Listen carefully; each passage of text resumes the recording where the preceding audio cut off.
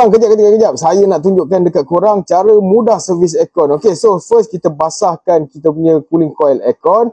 Lepas kita dah basahkan, kita ambil VC Pro, pencuci cooling coil aircon by Harry Cooling, kita sembur. Jangan sembur banyak-banyak sebab satu botol ni boleh guna 3 ke 4 biji aircon. So kita sembur sikit-sikit macam dalam video ni kan. Okay, kita layan je sembur. Lepas tu tunggu 10 hingga 15 saat macam tu bagi babuk tu kembang. Lepas tu kita bilas semula. Nampak tu automatic bersih.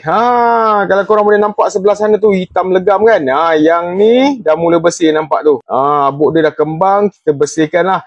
Kalau korang tak ada water jet macam saya pakai ni, korang pakai je chemical pump. Chemical pump pun boleh pakai. Okay, nampak kita servis, cuci bersih-bersih lah.